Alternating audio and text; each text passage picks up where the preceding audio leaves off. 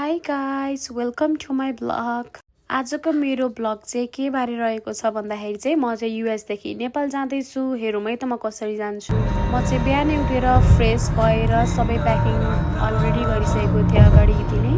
म चाहिँ एयरपोर्टको लागि निस्किसकेको छु। म चाहिँ बोस्टन एयरपोर्टबाट चाहिँ फ्लाइट छ मेरो चाहिँ बोस्टनको डाउनटाउनमा पुगिसकेको छु। त्यस पछाडि गाडी पार्किङ गरेर म चाहिँ एयरपोर्टभित्र छिरेँ। मेरो चाहिँ बेलुका 8 बजेको फ्लाइट थियो। म चाहिँ त्यहाँ 4 बजेतिरै पुगिसकेको थिएँ। म चाहिँ अहिले चाहिँ प्लेनभित्र बसिसकेको छु। प्लेनबाट नाइट भ्यू चाहिँ यस्तो रहेको थियो। बोस्टनको यस्तो राम्रो देखेको थियो नि माथिबाट चाहिँ। खास गरी भन्नुपर्दाखेरि चाहिँ म बोस्टन त्यस्तो मजाले डुलिसकेको छैन। त्यही आउने जाने यस्तो मात्रै हो। म मजाले डुलेको पनि छैन। तर माथिबाट चाहिँ भ्यू एकदम राम्रो देखेको थियो नाइट भ्यू। त्यसैले मैले जुम इन जुम आउट गरी मैले भिडियोहरू लिएँ।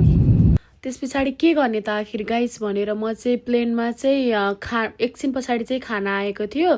त्यस पछाडि चाहिँ मैले एउटा मुभी हेरेँ। त्यो चाहिँ मैले कम्प्लिट चाहिँ गरिनँ जोस्, तर अलमोस्ट लास्टसम्म हेरेँ। एकदम मजा भयो। पछाडि म मस्त सुतेँ। त्यस पछाडि म भोलिपल्ट उठेर हेर्दाखेरि चाहिँ दिउँसो भइरहेको थियो। म कतार पुग्न लागेको थिएँ यो बेलामा चाहिँ। म त्यस पछाडि हेर्न सक्नुहुनेछ कतारमा ल्यान्ड भइसकेको छु। कतारबाट ल्यान्ड भइसकेपछि चाहिँ म हतार भित्र फेरि ट्रान्सफर गेटमा गएर भित्र छिरिसकेको थिएँ। कतार आइपुगिसकेको छु।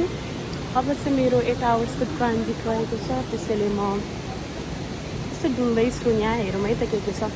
यस्तो राम्रो छ नि यहाँको airport. Just wow, look at the seen.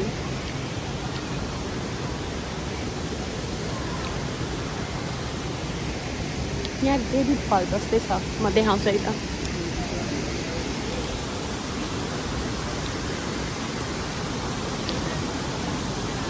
पछाडि मजाले चाहिँ देखिएन, तर छ त्यस्तै।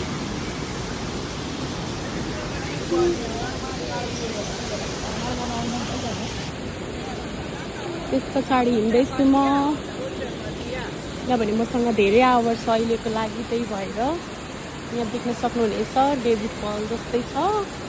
एकदम राम्रो लाग्यो मलाई।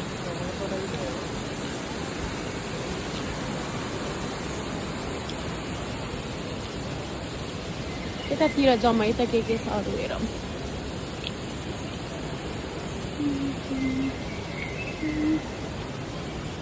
म चाहिँ यहाँ माथि लाइट बलेको छ नि त्यहाँनिरबाट आएको हो। अनि त्यस पछाडि म त्यहाँबाट लिफ्ट चढेँ अनि तल यहाँ डुल्दैछु। अघि एकजना नेपाली दिदी भेटेको थिएँ। जस्ट वाउ, बस्नको लागि जस्ट वाउ।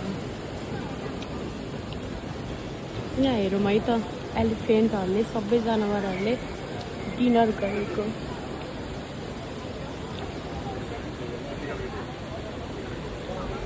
यहाँनिर चाहिँ चिम्पान्जी।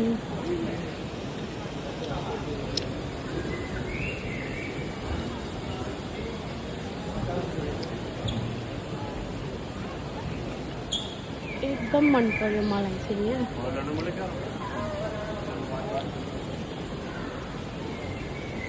पछाडिबाट पनि हेरौँ है त यिनीहरूको जिराफ, त्यस पछाडि एलिफेन्टहरू सबै के हो सबै हेर्न सक्नुहुनेछ। मैले चाहिँ ब्याग यता राखेको छु। अब फेरि यहाँबाट चाहिँ म निस्किन्छु, यसो घुम्छु। त्यस पछाडि म केही खाजाहरू खान्छु। म भन्नेछु है त के खान्छु।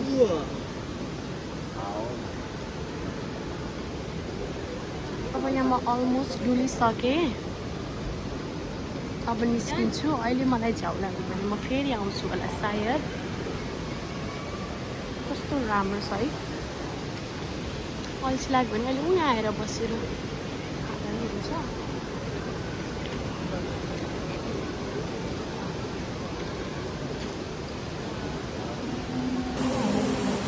म चाहिँ यताबाट अब बाहिर निक्लिसकेँ। अब केही खाजाहरू खान्छु। हुन त म भर्खर ब्रेकफास्ट गरेरै निस्केको प्लेनबाट। त्यही पनि जम्मै त अब यहाँ चाहिँ पिज्जा खाने ठाउँ रहेछ। म चाहिँ माथि जाँदैछु। यताबाट तलबाट अब म माथि के छ हजुरलाई देखाउँछु है त मैले सबै सपहरू देखिसकेको थिएँ अब चाहिँ म तलबाट माथि आइसकेँ अब हेरौँ है त म कहाँ कहाँ जान्छु केही मन पर्यो भने केही लिइ पनि हाल्छु खासै ठाउँ त छैन र पनि मैले सुरुमै एलबीको देखेँ एलबीको सप अहिले मन लाग्यो भने म आउन पनि सक्छु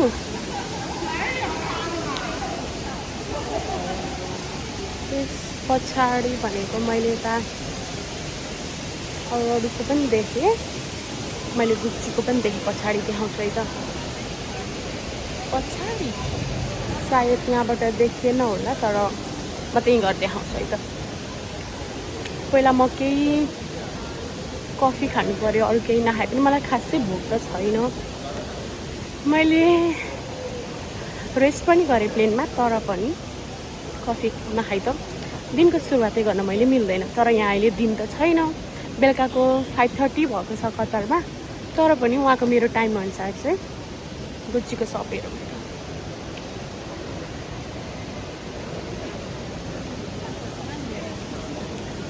गुच्ची कस्तो राम्रो सप Isn't it cute?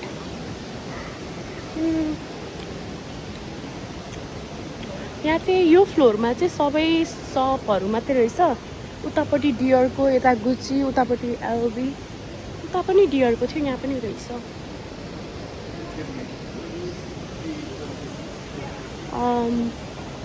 मैले बाहिरैबाट कस्तो राम्रो राम्रो ब्यागहरू देखिसकेँ कस्तो राम्रो पिक्चर लिने ठाउँ के ओ माइ गॉड अब म कसैलाई भनेर यहाँ मेरो पिक्चर पनि लिन लगाउँछु मैले फ्लाइटको लिस्ट हेरिसकेँ तर अहिले देखाउँदैन कम्तीमा पनि 3 to 4 आवर्स अगाडि मात्रै देखाउँछ त्यसैले अहिले त मैले चेकै गर्नै पर्दैन म यहाँ केही पिक्चरहरू कसैलाई लिन लगाउँछु अनि त्यसबाट आउँछु है त मलाई मन पर्यो त्यो लाइट भएको ठाउँ